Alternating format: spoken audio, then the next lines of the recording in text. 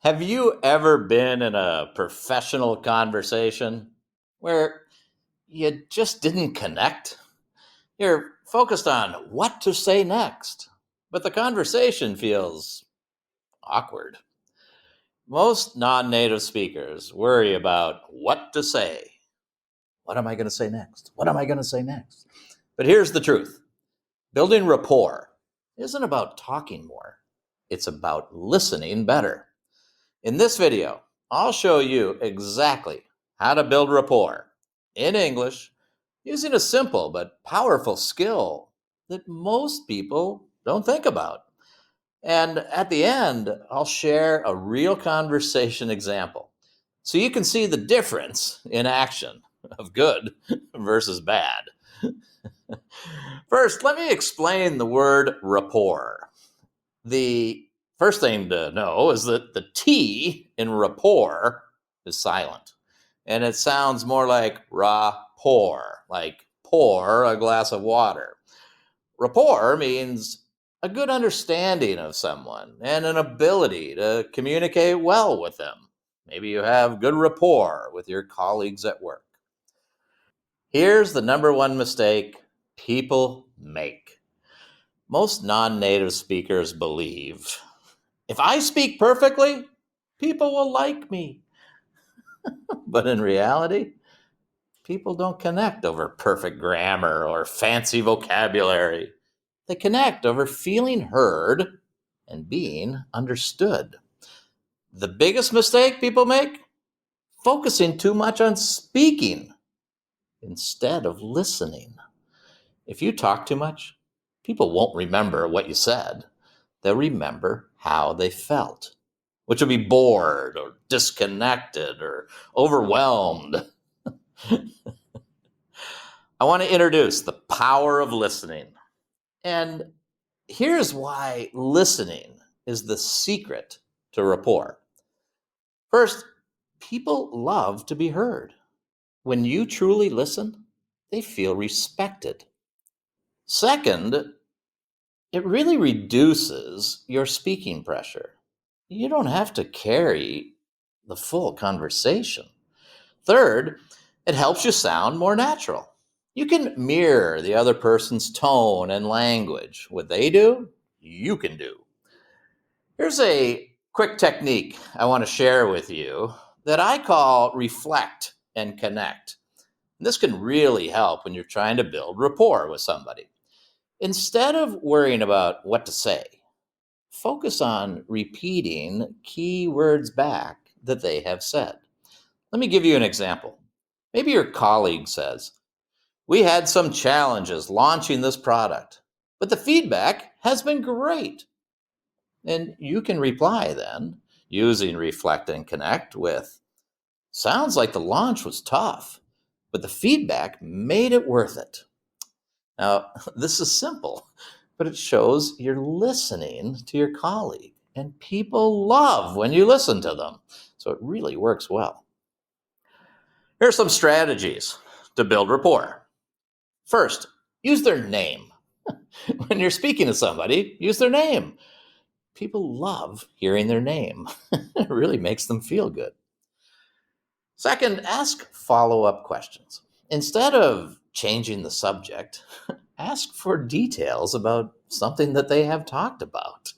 "Oh, that's interesting. How did that go?" "Oh, what was the biggest challenge?" It really works.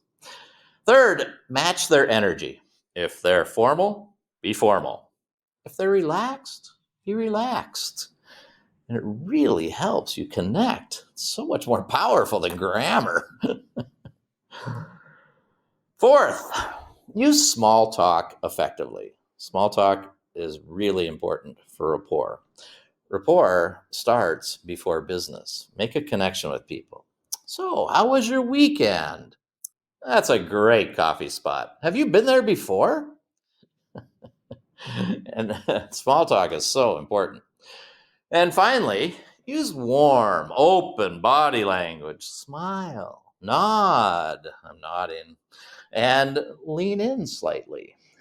If you do that, you're really engaged with the other person, and it really helps build rapport. Let me give you, an example of good rapport building and bad rapport building. So, first, let me share a bad example about trying to build rapport. And let's call this talking too much. So, in this case, John and David meet, and they're here at a business networking event. John says, "Hi, I'm John.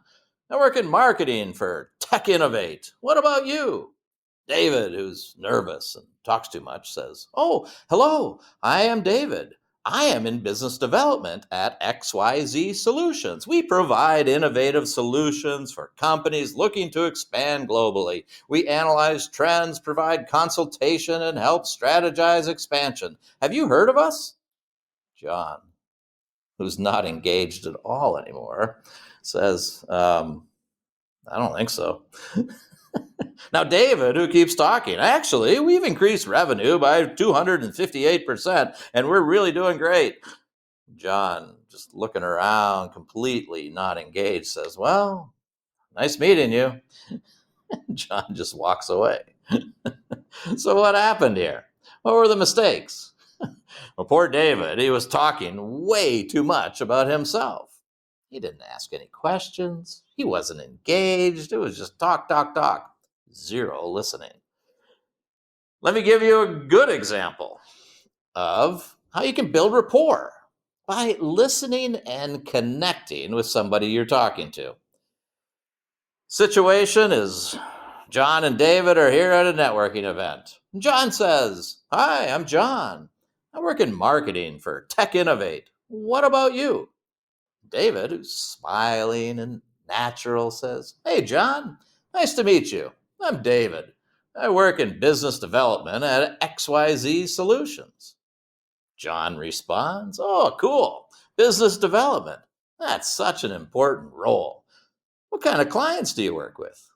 David, who's now reflecting back on what John said, says, "Yeah, it is an exciting field. We help companies expand into global markets. Actually, I saw your website that Tech Innovate recently launched in Asia. How has that been going?" Now, John is completely engaged here. He says, "Oh, yeah, we just expanded into Singapore, and it's been an interesting challenge." David, who nods and leans in, says, "That sounds exciting. What's been the biggest challenge so far?" John responds, "Understanding cultural differences. Marketing strategies that work in the US don't always translate well." And David, who's now listening very carefully, says, "That makes sense. We've helped companies with similar challenges. If you're ever interested, I'd love to share some strategies that worked for our clients." John, who is now smiling, says, "That would be great. Let's exchange LinkedIn contacts." Now, why did this work? Well, it worked because David listened first, then responded. He wasn't worried about, what am I going to say next? What am I going to say next? And then he asked follow-up questions after he listened, instead of just talking about himself. And he mirrored John's interests. So whatever John was talking about, David got interested in, instead of forcing his own agenda. There you have a really good example and a really bad example of trying to build rapport. So building rapport in English, it's not about speaking perfectly. It's not about being nervous about what am I going to say next. It's about making the other person feel heard. You really need to use the skill of listening. That's the most important thing you can do to build rapport in business conversations. The next time you're in a conversation, try focusing on listening instead of worrying about what to say next. And then when you listen, you can reflect back on key words that the other person said. That'll help you ask a follow-up question. And you can watch how the conversation feels so different. So stop being nervous, just listen to the person, and then respond to something that they said. I would like you to tell me in the comments, what's the biggest challenge you face when you have conversations like this in business? What is it? Because many people explain this to me that they really struggle with this. And most of the time, it's because you're worried about what you're going to say next. Next time, listen. But share your thoughts. I'd love to hear them. Have a great day. Please like this video, subscribe to the channel, share your comments, and I also invite you to learn your Business English Confidence Score. You'll find the link in the description below this video.